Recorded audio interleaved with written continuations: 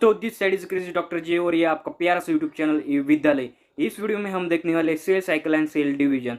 बिना देरी करते हुए मैं आपको बताना चाहूँगा कि नीट की डेट निकल चुकी है, 17 जुलाई है। आप अभी से हिसाब लगा ले तो 3 मंथ लगभग अपने पास टाइम बचा हुआ। तो इस 3 मंथ में आपको 2 बार एटलीस्ट रिविजन लगा लेनी है।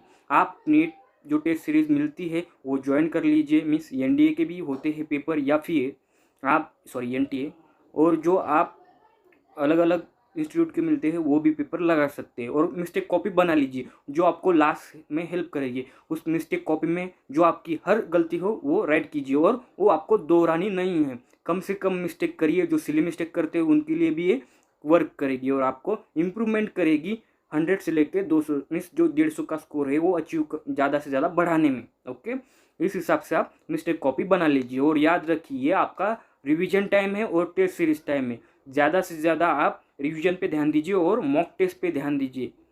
आप अभी भी कर सकते हो क्रैक, अपने आप पर विश्वास करिए। नीट क्रैक हो सकती है, याद रखिए।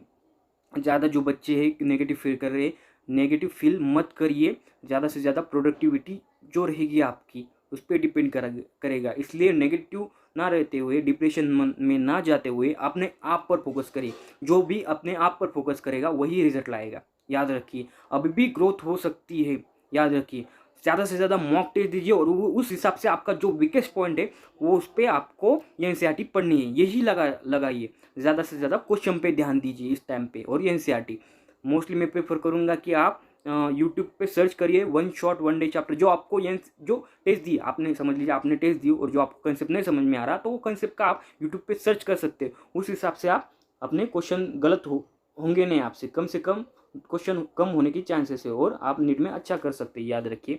और एक बात मैं बोलना चाहूँगा कि हमने जो ये पीडीएफ यूज़ की है उसमें 2 हाइलाइटर का इस्तेमाल मैंने किया वाला है, रेड और येलो। रेड इस PYQ के लिए मैंने इस्तेमाल किया है और येलो इस साल पूछे जा सकते हैं, इस हिसाब से मैंने येलो हाइलाइटर का इस्तेमाल किया वाला है। डिमोटिवेटेड होने का टाइम नहीं है या डिप्रेशन में जाने का टाइम नहीं है।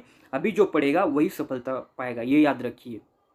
समझ में। और एक बात बोलना चाहूँगा कि आप लाइफ में नीट क्रैक करिए ना करिए, आप MBBS बने या फिर other doctor, BDS BHMS BMS या फिर जो नर्सिंग रहेगा BSc नर्सिंग, या फिर जो आपको फिजियोलॉजिस्ट या फिर फिजियोथेरेपिस्ट, साइकोलॉजी जो बनना है आप बन सकते हो। अगर आप भी क्रैक कर लिए तो अच्छी बात है, नहीं किए तो और भी अच्छी बात है। क्योंकि आपका एक पेपर डिसाइड नहीं कर सकता अपनी पूरी लाइफ आप क्या करेंगे आगे। समझ में आया क्या? मैं बोलने की कोशिश ये कर रहा हूँ कि आप अपना 100% दीजिए। उसके बाद जो रिजल्ट आएगा उस पर आप सेटिस्फाई करेंगे, क्योंकि आपने 100% उधर दिया वाला है। आपका नंबर लगेगा, 100% लगेगा। आपके अपने आप पर विश्वास होगा तो, नहीं लगा तो कोई बात नहीं। आपका पेपर अपनी लाइफ डिसाइड नहीं करता, एक सिंगल पेपर। समझ में आया? याद रखिए। तो चलो बिना देरी के स्टार्ट करते हैं cell cycle and cell division. First of all जो सेल साइकिल है, तो सेल साइकिल को क्या बोलेंगे हम? जो सेल रहती है जो रिप्रोड्यूस करती है या फिर डिवीजन होती है, एक सेल से दूसरी सेल बनती, वो पूरे प्रोसेस को हम सेल साइकिल बोलेंगे। और सेल डिवीजन अपने को मालूम है, एक सेल से दूसरी सेल बनना, इसको ही बोलते हैं सेल डिवीजन। यही मीनिंग है अपने chapter cell cycle and cell division अपने को पढ़ना है।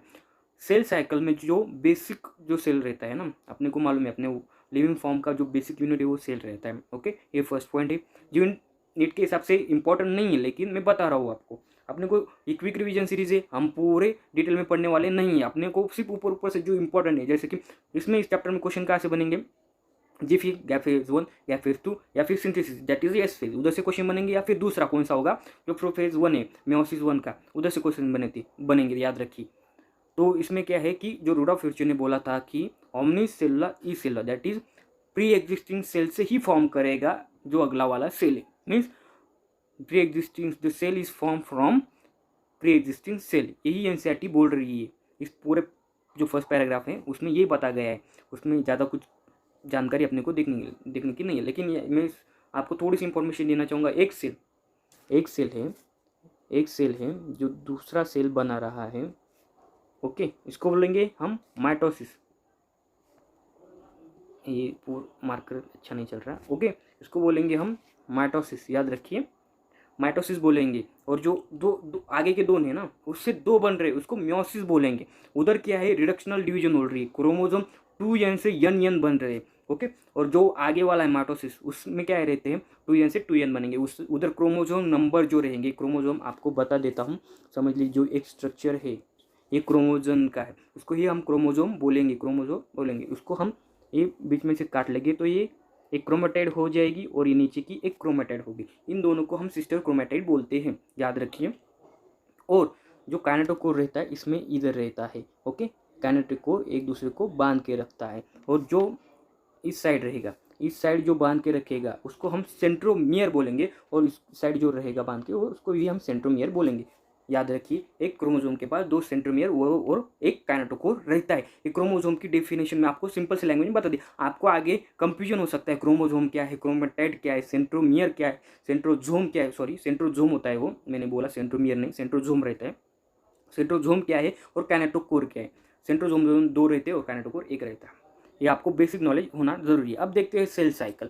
सेल साइकिल कुछ नहीं, एक सेल से दूसरे सेल बन रही है, उस पूरे प्रोसेस में क्या है, सेल डिवाइड होता है, डीएनए रेप्लिकेशन होता है, डीएनए का डुप्लीकेशन होता है, सेल की ग्रोथ होती है। सेल की ग्रोथ एक्चुअल में साइटोप्लाज्म की ग्रोथ होती है। उसको ही पूरे प्रोसेस को में जो कंटिन्यूस रैंडमली नहीं रहता, इवेंचुअली रहता है, कंटिन्यूस प्रोसेस रहता है, उसको भी हम सेल साइकिल बोलेंगे। अभी एनसीईआरटी क्या बोल रही है कि जो प्रोसेस है उसमें सेल डिवीजन आएगा, डीएनए रेप्लिकेशन आएगा, सेल ग्रोथ आएगा, कोऑर्डिनेट मैनर में चलेंगे, उसको हम सेल साइकिल बोलेंगे। एक सिंथेसिस उसमें होगा, जो ऑर्गेनेल से वो बनेंगे, एक दूसरे सेल्स में जाएंगे, जीनोमिक डीएनए का रेप्लिकेशन जो डुप्लीकेट बनेगा उसको रेप्लिकेशन बने होगा, वही बोलते हैं।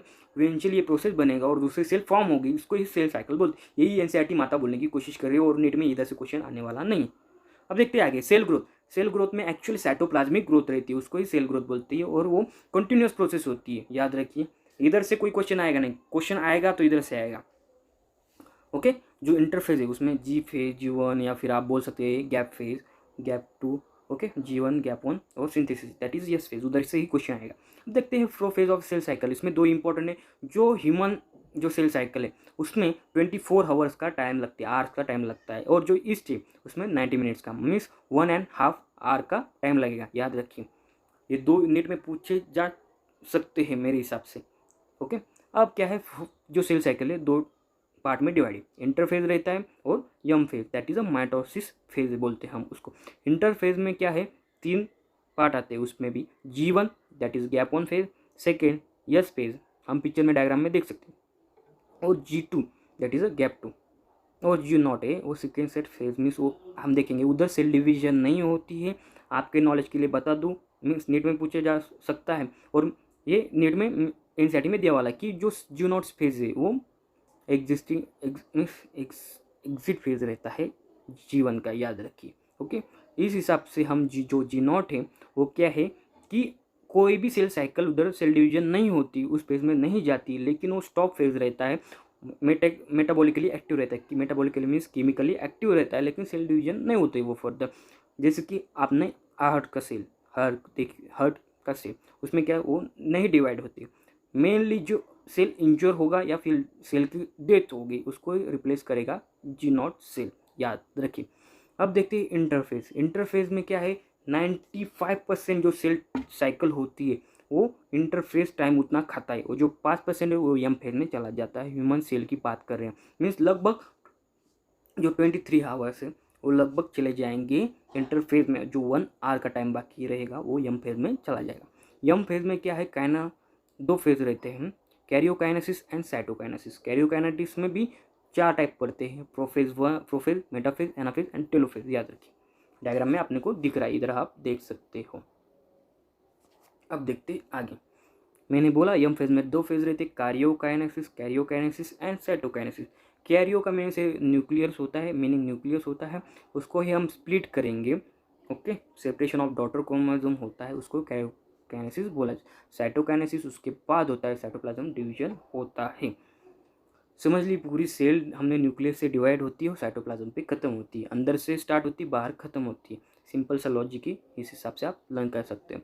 और जो इंटरफेज है वो रेस्टिंग फेज बोलते हैं उसको, क्योंकि 95% जो सेल ग्रोथ हो रहा है या फिर प्रोड्यूस हो रहा है प्रोटीन, उसमें जो तैयार हो रहा है मटेरियल यम फेज के लिए, वो 95% उधर टाइम ले रहा है, उसको हम इस हिसाब से रेस्टिंग फेज बोलेंगे इंटरफेज को, याद रखें। अब देखते हैं उसके टाइप, जो इंटरफेज के टाइप। G1 फेज उसको गैप 1 फेज बोला जाता है, G2 फेज उसको गैप 2 बोला जाता है, और मिडल में आता है, सॉरी, जो मिडल में आता है वो यस फेज, उसको ही हम सिंथेसिस फेज बोलेंगे। अब हम बिना देरी के स्टार्ट करते हैं इंटरफेज के G1 फेज में। उधर क्या है, बेसिकली डीएनए रेप्लिकेशन इधर जो बोल रही है एनसीईआरटी इनिशियल हो जाती है, लेकिन एक गलत बात है।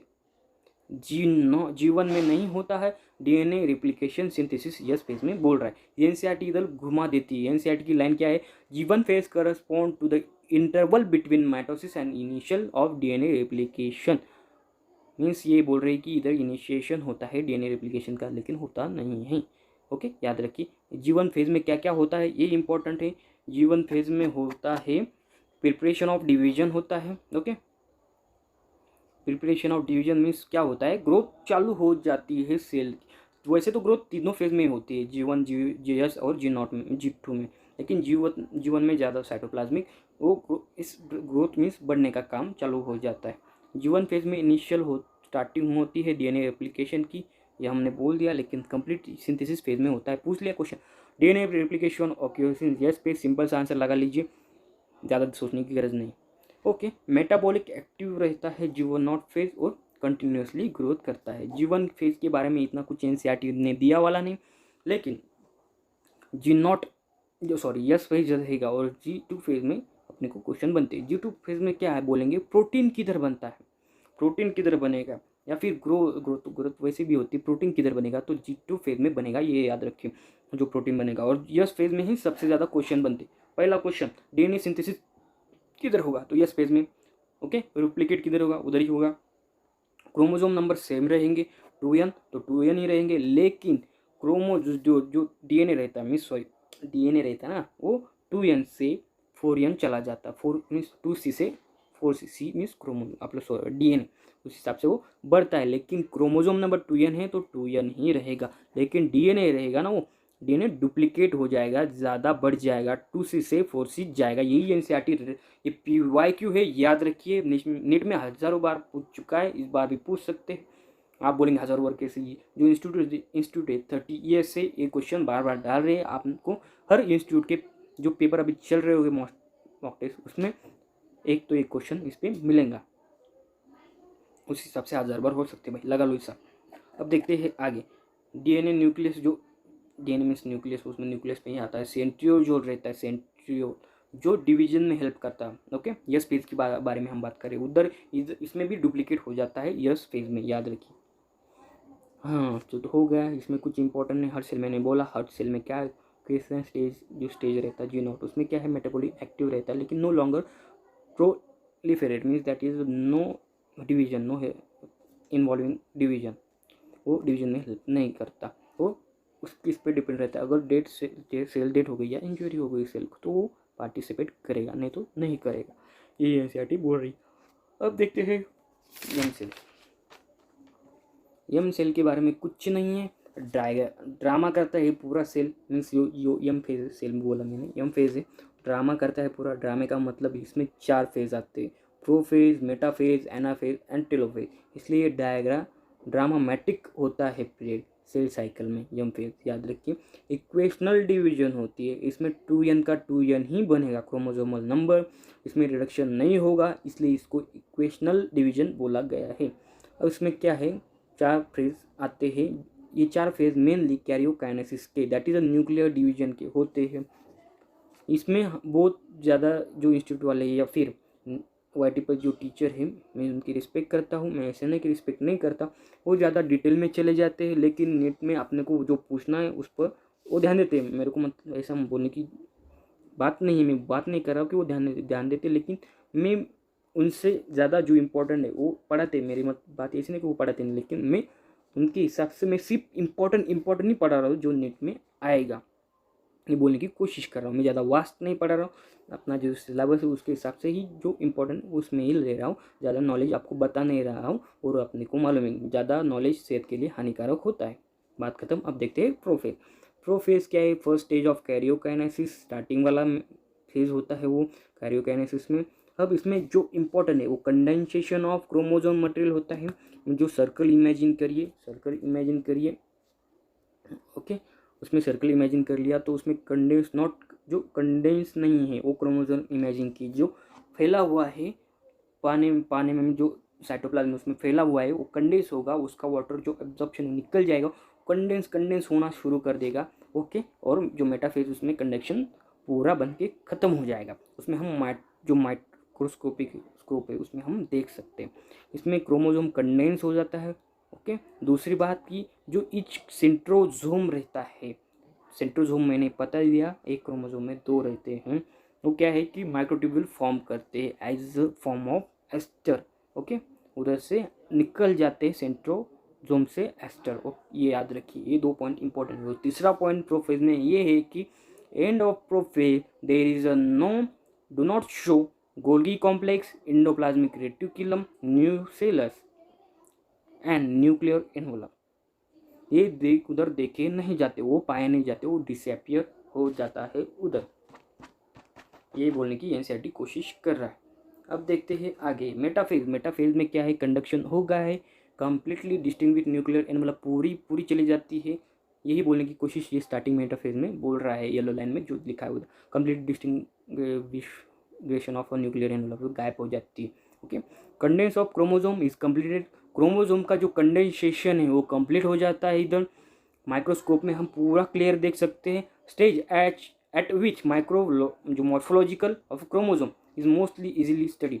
इधर इसमें मेटाफेज में मॉर्फोलॉजिकली हम स्टडी कर सकते हैं, और एनाफेज में जो एनाटॉमी है, एनाटॉमिकली हम क्रोमोसोम की स्टडी कर सकते हैं एनाफेज में। याद रखिए 2 अलग अलग पॉइंट।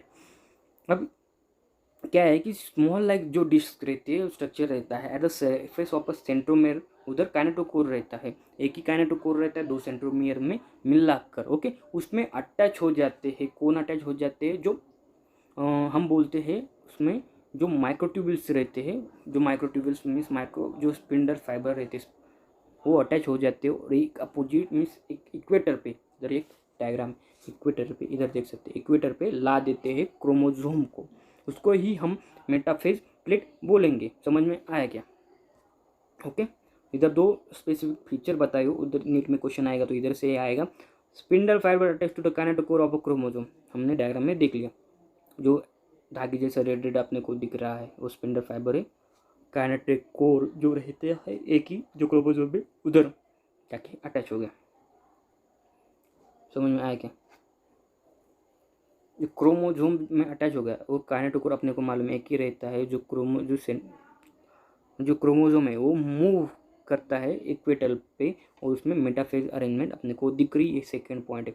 अब बोलता है एनाफेज। एनाफेज क्या बोलता है कि माइग्रेशन हो जाता है जो सिस्टर क्रोमेटिड का है, ओके। सिस्टर क्रोमेटिड मैंने आपको पहले स्टार्टिंग में बता दिया है क्या होता है, वो एक दूसरे के अपोजिट पोल पे जाते हैं, और उसमें spindle fibre attach to kinetochore of chromosome, ये वही पॉइंट है।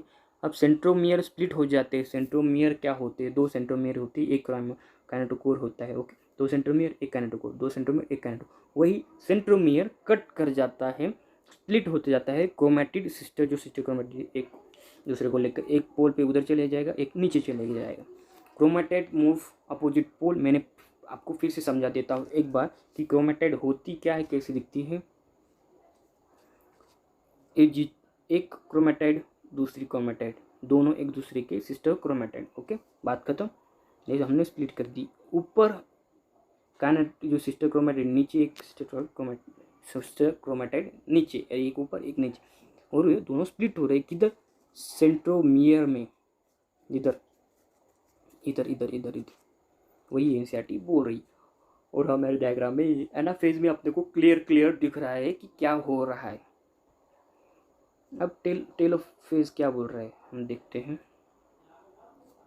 टेलोफेज कुछ ही नहीं, टेलोफेज बोल रहा है कि सब वापस जैसा था वैसा हो चुका है, हमने अपने को nucleus Golgi complex endoplasmic reticulum reform हो चुके हैं।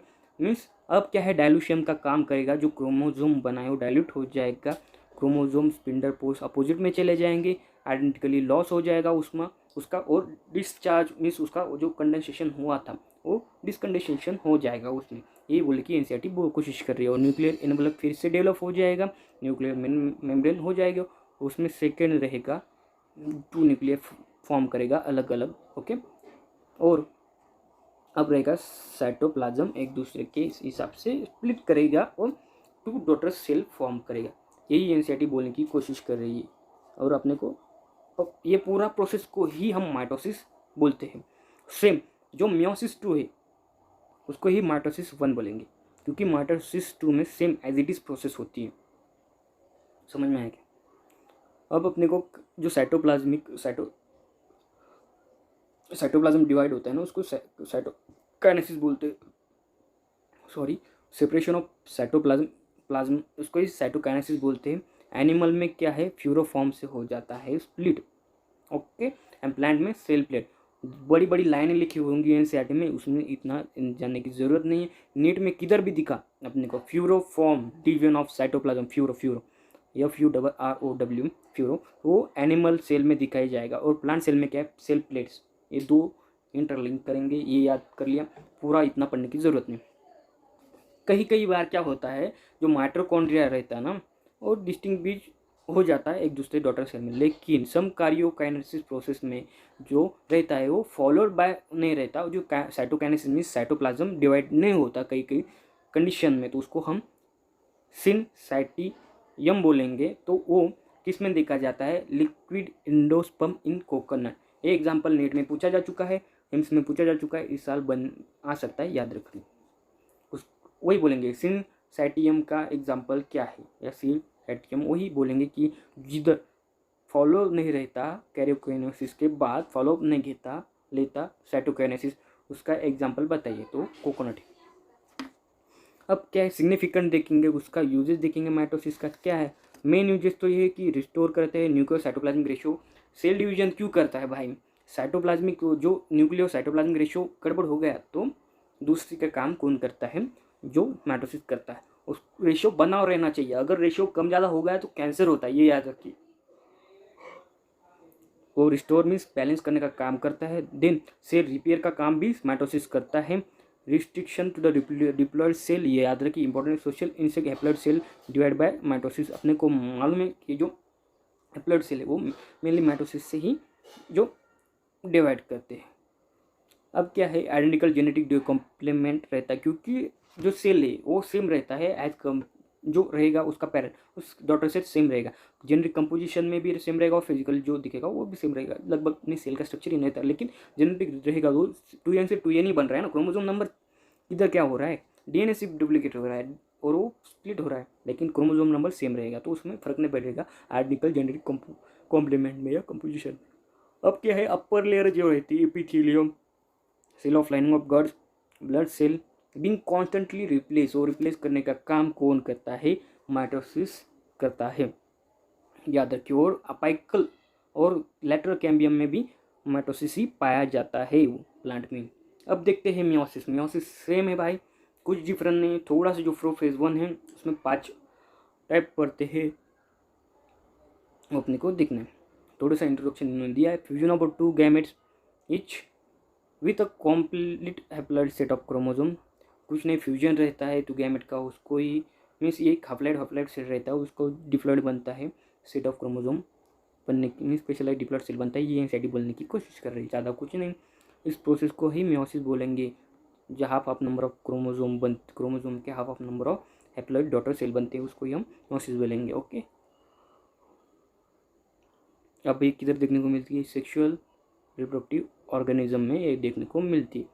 इसमें जो की फीचर है उसमें 2 इंपॉर्टेंट है, meiosis involving pair of chromosome, homologous chromosome का जो पेयर है वो देखने को मिलेगा। इधर रिकॉम्बिनेशन होगा नॉन सिस्टर क्रोमेटाइड में, ये दूसरा पॉइंट इंपॉर्टेंट है। और तीसरा जो हैप्लॉइड सेल है from at the end of meiosis, ये याद रखिए 4 सेल बनते हैं एट एंड ऑफ, 1 मिनट। तो जो मियोसिस जो लास्ट में सेकेंड रहेगी उसमें 4 सेल बनते हैं प्लॉट सेल, ये बोलने की एनसीईआरटी कोशिश कर रही। तो जो मियोसिस है जो हम देख रहे हैं, तो उसमें 2 पार्ट, मियोसिस 1 होती है, मियोसिस 2 होती है। मियोसिस 2 सेम रहती है माइटोसिस की, ओके। और मियोसिस 1 में प्रोफेज 1, मेटाफेज 1, एनाफेज 1, टेलोफेज 1 वो सेम रहते हैं, कुछ ज़्यादा नहीं। लेकिन प्रोफेज 1 जो रहता है उसमें हम देखने वाले हैं उसके टाइप, वो रहते हैं 5, leptotene, zygotene, pachytene and diplotene and diakinesis.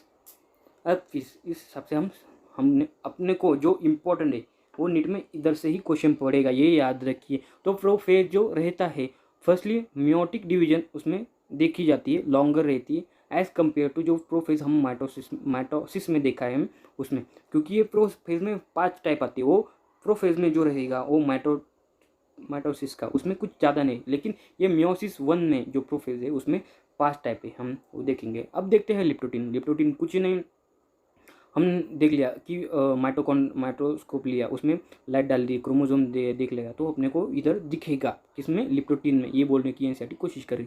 और नीचे में भी ये क्वेश्चन कैसा रहेगा कि मैच द फॉलोइंग रहेगा, इसका इससे जोड़ी बना लो, इसका इसके साथ जोड़ी बना लो, ऐसा ही नीट में क्वेश्चन पूछेगा। फिर नहीं, यही क्वेश्चन पूछेगा, हर बार यही क्वेश्चन पूछता है, वैसा ही क्वेश्चन पूछेगा कि visual chromosome visible under light microscope किसमें लगेगा, तो लिप्टोटीन, सीधा आंसर लगाने का। और सेकंड स्टेज में जो प्रोसेस रहता है वो रहता है जाइगोटीन। जाइगोटीन में क्या है, सिनेप्सिस फॉर्म होता है। सिनेप्सिस का मीनिंग रहता है कि क्रोमोजोमल जो पेयरिंग रहती है वो टुगेदर हो जाती है, उनका एसोसिएशन हो जाता है क्रोमोजोम, उसको ही हम सिनेप्सिस बोलेंगे। और जो पेयर क्रोमोजोम रहता है उसको हम होमोलोगस क्रोमोजोम बोलते हैं। अब होमोलोगस क्रोमोजोम का मैं स्ट्रक्चर बताने जा रहा हूँ, एक ऐसा, उसके ऊपर ऐसा, इसको ही हम होमोलोगस क्रोमोसोम बोलेंगे। अब जो मियोसिस 1 में रहेगा ना एनाफेज, उसमें जो होमोलोगस क्रोमोसोम होंगे ना वो सेपरेट होंगे। लेकिन एनाफेज जो रहेगा माइटोसिस, उसमें जो सिस्टर क्रोमैटिड है वो सेपरेट होते हैं। याद रखिए, इधर नीट घुमा देता है और बहुत सारे बच्चों को उधर कंफ्यूजन हो जाती है कि होमोलोगस क्रोमोसोम था या सिस्टर क्रोमैटिड था, उनको वो याद नहीं आता। आप ये लर्न कीजिए, या फिर जो आपका स्टडी टेबल रहेगा उसके सामने चिट बना के चिपका दीजिए, उसमें ज़्यादा बार बार नजर जाएगी तो वो लर्न हो जाएगा। सिंपल सा हिसाब है भाई, हम भी वैसे करते थे इसलिए बता दिया।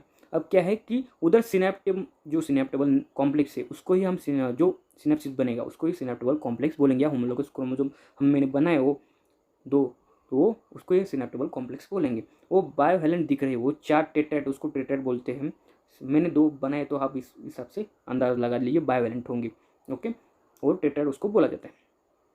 फर्स्ट 2 स्टेज रहेंगे वो प्रोफेज 1 में आर लिटरली शॉर्ट रहेंगे एज कम्पेयर टू पैक्सिटिन, यही बोलने की कोशिश कर रहे हैं, शॉर्ट रहते हैं zygotene and leptotene as compared to pachytene. अब पैक्सिटिन में क्या है, कुछ नहीं, डायज़ जो रहता है रिकॉम्बिनेशन, डायज़ मेथड नहीं, वो डायज़ मेथड डिप्लोटीन में।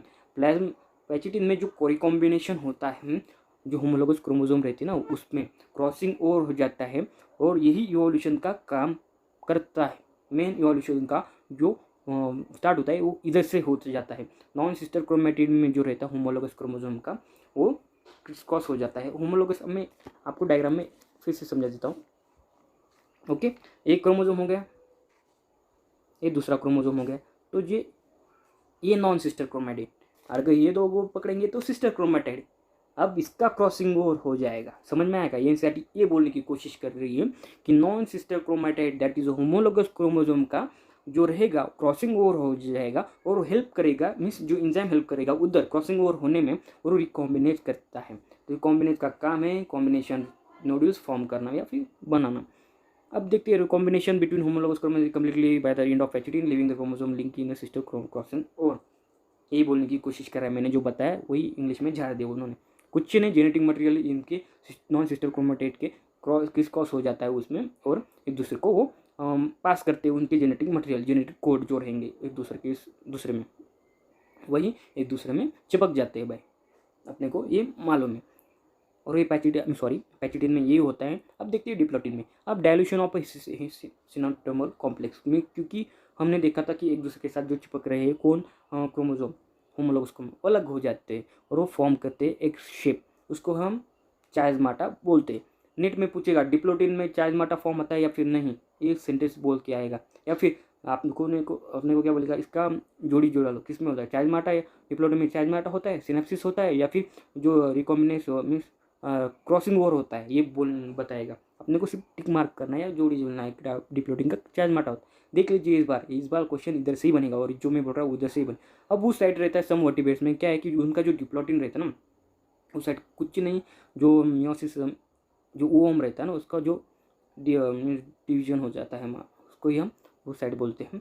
उस साइड रहेगा ना, उसमें जो डिप्लोटिन फेज रहता है वो मंथ या फिर ईयर में सस्टेन रहता है, सस्पेंड रहता है, उधर वो उसके आगे नहीं बढ़ता है। ये बोलने की एनसीईआरटी कोशिश करा। अब ये क्यों होता है, ये नीट में आने वाला नहीं और अपने को जानना भी नहीं। Final stage of a meiotic prophase 1 that is a diakinesis. Okay, diakinesis में क्या होता है भाई, कुछ नहीं, इधर डायकाइनेसिस में टर्मिनेशन ऑफ चाइजमाटा होता है। तो नीट में पूछेगा टर्मिनेशन ऑफ चाइजमाटा किधर होता है, डायकाइनेसिस। सिंपल आंसर लगा लेने का, कुछ टेंशन नहीं लेने का, आंसर बराबर है आपका। By the end of diakinesis nuclear disappear and nuclear envelope also break down. में जो जेनेटिक कोड, जो न्यूक्लियस रहेगा कोड, वो उसकी जो मेम्ब्रेन है वो ब्रेक हो जाएगी और वो डिसअपियर मीन्स दिखाई नहीं देगा। अब मेटाफेज 1, बायवैलेंट क्रोमोसोम, मैंने बोला 2 क्रोमोसोम होते हैं, इक्वेटर प्लेन में आ जाते हैं और microtubule form opposite poles and spindle attach to the kinetochore upon homologous chromosome इधर और एक दूसरे को खींचते हैं। किससे खींचते मैं एक बार अपने को एक्सप्लेन कर देता हूँ। ओके,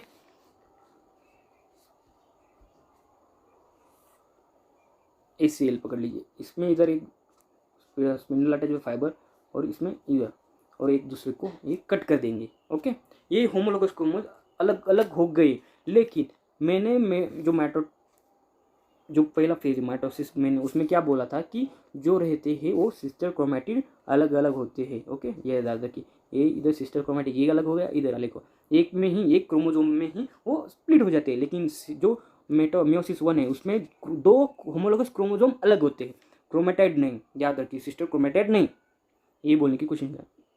एनाफेज 1 में क्या होमोलोगस क्रोमोसोम सेपरेट हो जाते हैं, while sister chromatid remains associated their centromere. वही मैंने अभी समझा, वही एनसीईआरटी में दिया। Nuclear membrane nuclear reappear cytokinesis follow the cell is called the dyad of sales.